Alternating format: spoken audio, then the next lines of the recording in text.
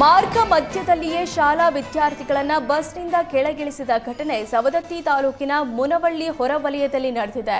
ನವಿಲು ತೀರ್ಥದಿಂದ ಮುನವಳ್ಳಿ ಕಡೆಗೆ ಹೋಗ್ತಿದ್ದ ಬಸ್ನಲ್ಲಿ ಬಸ್ ಪಾಸ್ ಇಲ್ಲದಕ್ಕೆ ಡ್ಯಾಂ ಮಧ್ಯದ ಗುಡ್ಡದ ಪ್ರದೇಶದ ರಸ್ತೆಯಲ್ಲಿ ಮಕ್ಕಳನ್ನ ಇಳಿಸಿ ಹೋಗಿದ್ದಾನೆ. ಬಸ್ ನಿರ್ವಾಹಕನ ವಿರುದ್ಧ ಪೋಷಕರು ಆಕ್ರೋಶ ವ್ಯಕ್ತಪಡಿಸಿದ್ದಾರೆ. ಡಿಪೋ ಮ್ಯಾನೇಜರ್ಗೆ ಕರೆ ಮಾಡಿ ಕಂಡಕ್ಟರ್ ವಿರುದ್ಧ ಕ್ರಮಕ್ಕೆ ಆಗ್ರಹಿಸಿದ್ದಾರೆ.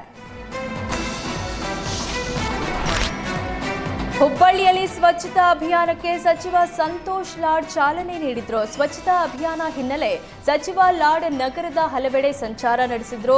ರಸ್ತೆ ಬದಿಯಲ್ಲಿ ಕಸದ ರಾಶಿ ಕಂಡು ಸಚಿವ ಸಂತೋಷ್ ಲಾಡ್ ಗರಂ ಆದ್ರು. ಪೌರ ಕಾರ್ಮಿಕ ಜೊತೆಗೂಡಿ ಸ್ವಚ್ಛತೆಗೆ ಉಸ್ತುವಾರಿ ಸಚಿವ ಲಾಡ್ ಮುಂದಾದ್ರು. ಸಚಿವರ ಜೊತೆ ಮಹಾನಗರ ಪಾಲಿಕೆ ಅಧಿಕಾರಿಗಳು, ಇಂಜಿನಿಯರ್ಗಳು ಭಾಗಿಯಾಗಿದ್ರು.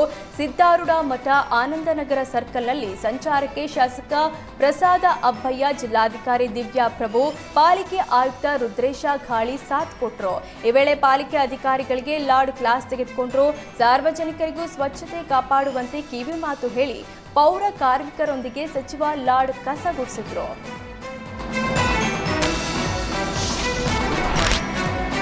ಮಹಾರಾಷ್ಟ್ರದ ಪಶ್ಚಿಮ ಘಟ್ಟ ಪ್ರದೇಶಗಳಲ್ಲಿ ಭಾರೀ ಮಳೆಯಾಗ್ತಿದೆ. ಚಿಕ್ಕೋಡಿ ತಾಲೂಕಿನ ಕಲ್ಲೋಳ ಬಳಿ ಕೃಷ್ಣಾ ನದಿಗೆ ಸುಮಾರು 90,000 ಕ್ಯೂಸೆಕ್ ನೀರು ಹರಿದು ಬರ್ತಿದೆ. ಈಗಾಗಲೇ ಮುಂಜಾಗ್ರತವಾಗಿ ನದಿ ತೀರದ ಜನರಿಗೆ ನದಿಯಲ್ಲಿ ಇಳಿಯದಂತೆ ಸೂಚನೆ ನೀಡಲಾಗಿದೆ. ಮಹಾರಾಷ್ಟ್ರದಲ್ಲಿ ಸುರಿಯುತ್ತಿರುವ ಮಳೆಯಿಂದ ರಾಜ್ಯದ ಕೃಷ್ಣಾ ಮತ್ತು ಉಪನದಿ ತೀರದ ಜನರಲ್ಲಿ ಪ್ರವಾಹದ ಆತಂಕ ಎದುರಾಗಿದೆ.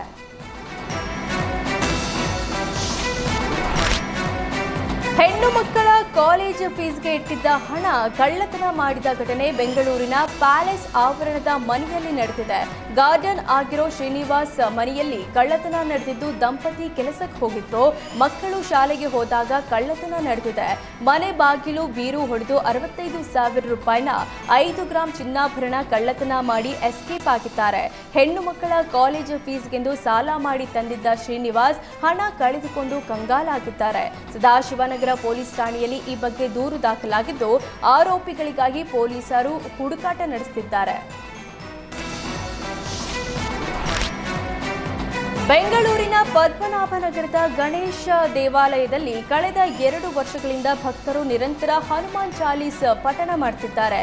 ಪದ್ಮನಾಭನಗರ ಟೀಮ್ ತೇಜಸ್ವಿ ಸೂರ್ಯ ಗ್ರೂಪ್ನಿಂದ 108 ವಾರಗಳ ಕಾಲ ಹನುಮಾನ್ ಚಾಲೀಸ್ ಪಠಣ ಕಾರ್ಯಕ್ರಮ ಆಯೋಜನೆ ಮಾಡಲಾಗಿದೆ. ನಿನ್ನೆ 108ನೇ ವಾರ ತುಂಬಿದ ಹಿನ್ನೆಲೆ ಚಿನ್ಮಯಿ ಸಂಘದಿಂದ ಭಜನೆ ಕೂಡ ಆಯೋಜನೆ ಮಾಡಲಾಗಿತ್ತು.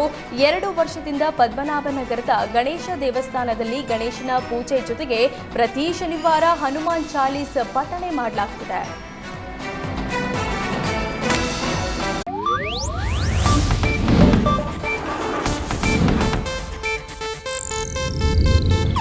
ಇದು ಏಷ್ಯಾನೆಟ್ ನ್ಯೂಸ್ ನೆಟ್ವರ್ಕ್ ಪ್ರಸ್ತುತಿ.